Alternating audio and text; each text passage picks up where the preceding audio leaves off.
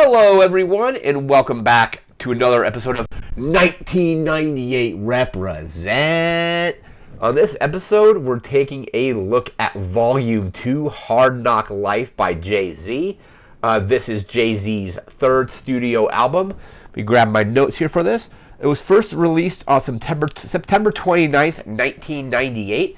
Interesting thing about this video in relation to our previous video about Pokemon Red and Blue is those two game and music or album have a release window of 1 day apart. So like this came out on September 29th, Jay-Z's album, and the day before, September 28th, is when Pokemon Red and Blue came out, at least in North America. That's kind of like, it's completely coincidental that's how this came up, but it's just also really interesting. So again, third studio album by Jay-Z. This album has sold over 6 million copies.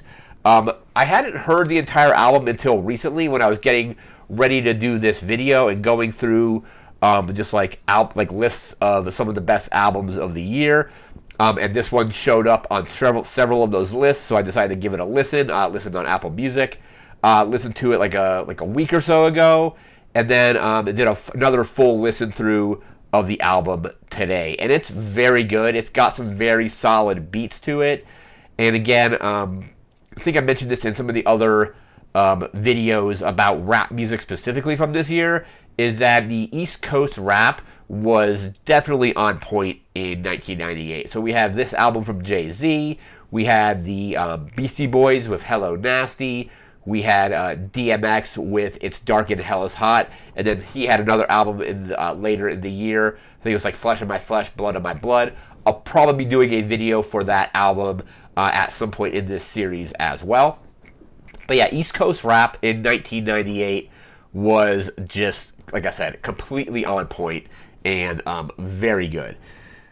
So also Hard Knock Life, I think it's actually track 2. Well, I guess it's the first actual music track, because track 1 is just kind of like a lot of these albums. These rap albums had like a little kind of like introduction, like an intro thing that I wouldn't really consider to be a full song.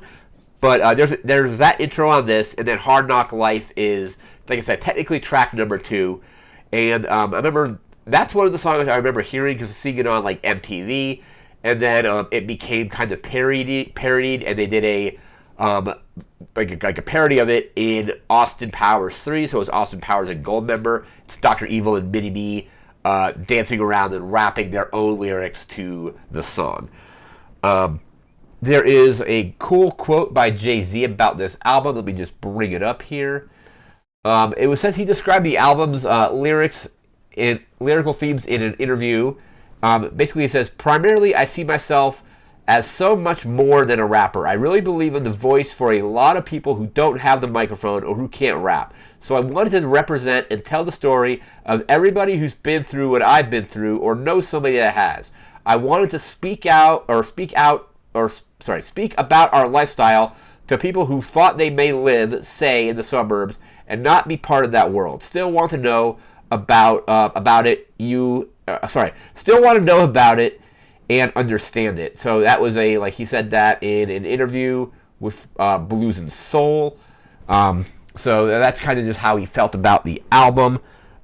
This is actually Jay-Z's first album to debut at number 1 on the Billboard 200. So he had 2 other albums. This one debuted at number 1 and stayed there for about 5 weeks, which is pretty good. It got a Grammy for in the next year's Grammys, 1999.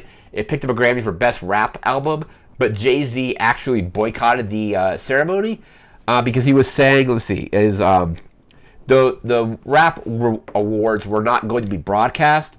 So there is a quote about that as well. Here we go. Yeah, so he basically boycotted the Grammys because they weren't going to broadcast the rap nominations. And then he did an interview with MTV, said, and this is a quote from Jay-Z, "I am boycotting the Grammys because too many major rap artists continue to be overlooked. Rappers deserve more attention from the Grammy committee and from the whole world. If it's got a gun, everybody knows about it, but if we go on a world tour, no one knows." So he was feeling, like you said, like the rappers and like the other like rap artists and the music in general, hip hop, whatever you want to call it, was being disrespected by the Grammys by basically just not broadcasting those awards. They would basically just be like, all right, here's the award for best rap album. I don't know if DMX's "It's Dark and Hell Is Hot" was nominated. I think I like that album more than this Jay-Z album. And speaking of DMX, he does make an appearance on this on a song on this album as well, which is really cool. They say boycotted the Grammys. There is some couple other cool quotes from Pitchfork here. This was listed at number 35 in their best albums from 1998. I think it was like top 50 albums, so this is ranking it there at number 35. It says Jay's built his legend through his soul generous.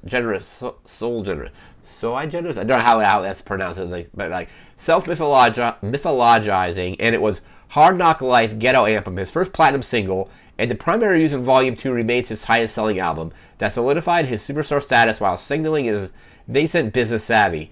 To smooth the rights clearance process for the Annie sampling track, Jay lied to the song's lyricist in a handwritten letter, claimed that he loved the Broadway play as a child. In 1998, hip-hop was in its earliest moments of conquering the pop mainstream and the corporate boardroom, and Jay was leading the charge. Reasonable Doubt may have been his origin story, but Volume 2 was the debut of Jay-Z, the rap icon, and that's from Eric Harvey. And I'll leave a link in the description to check out this article as well. There's some, like I said, that's number 35 in the greatest albums or best albums of '98. There's a lot of other great albums on there, but I'll leave a link to the page where that particular quote was from. And now we're going to take a look at the track listing on this album here. So we have, let's see what we got here. So comes in at about an hour and 1 minute basically, and you end up with 14 tracks. I'm going to have to censor some of the names of these tracks here. I'm going to like kind of edit them as I go. Track 1 is just Intro Handed Down. That features Memphis Bleak. Track 2 is Hard Knock Life Ghetto Anthem. Track 3 is If I Should Die, and that features, I'm probably going to mispronounce this, the Ranjas, I think. Track 4 is Ride or Die. Track 5 is Play a What, Play a Who. Originator 99, and that features Big Jazz. Track number 6 is Cash Money and Garden Tools, featuring that features DMX. Again, you can definitely tell when he shows up because he starts doing his typical kind of iconic DMX like barking and like his kind of growl kind of thing. DMX is known for that, and I love it. Track 7 is A Week Ago, featuring Too Short. Track 8 is Coming of Age, the sequel, featuring Memphis Bleak. Track 9 is Can I Get A, featuring Ja Rule and Ja Rule, S. Carter, Irving Lorenzo, Ura Gotti, Lil Bob, and Emil. Track 10 is Paper Chase, featuring Foxy Brown. Track 11 is Reservoir Dogs, featuring the LOX, Benny Siegel, and Sauce Money. Track 12, It's Like That, featuring Kid Capri. Track 13 is It's Alright, featuring Memphis Bleak again. And track 4 is Money and a Thing, featuring Jermaine Dupri. Like I said, just a very good, solid rap album. Like I said, I think my favorite rap album from this year is definitely DMX's debut. But this one's up there as well. It's definitely a very solid rap album. It's got some excellent, very awesome just beats. Because like I just sometimes even more than the lyrics in rap music, I just like the beats, like especially like the drum beats that they use and stuff like that. You can kind of be like tapping along to those beats, and they're easy to kind of like emulate. They sound awesome. So that has been the video for Jay-Z Volume 2 Hard Knock Life. Again, that's going to do it for this video. So remember to like, comment, share, subscribe. We'll be back again in a few days for another video. I'll probably be doing another movie or TV show or something like that. Don't exactly know what that's going to be yet, but there's definitely I have a list of just awesome movies that came out in 1998. I'm trying to find them on streaming if possible. So some of them, like they switch platforms, and if it's on a like there's some stuff that's on platforms that I don't have subscriptions to, so kind of have to wait for those or like find them on like a Blu-ray or something like that. But again, we'll be back in a few days with another video. Again, that's going to do it for now. Thanks again for watching. Take care. Have a good one. See ya.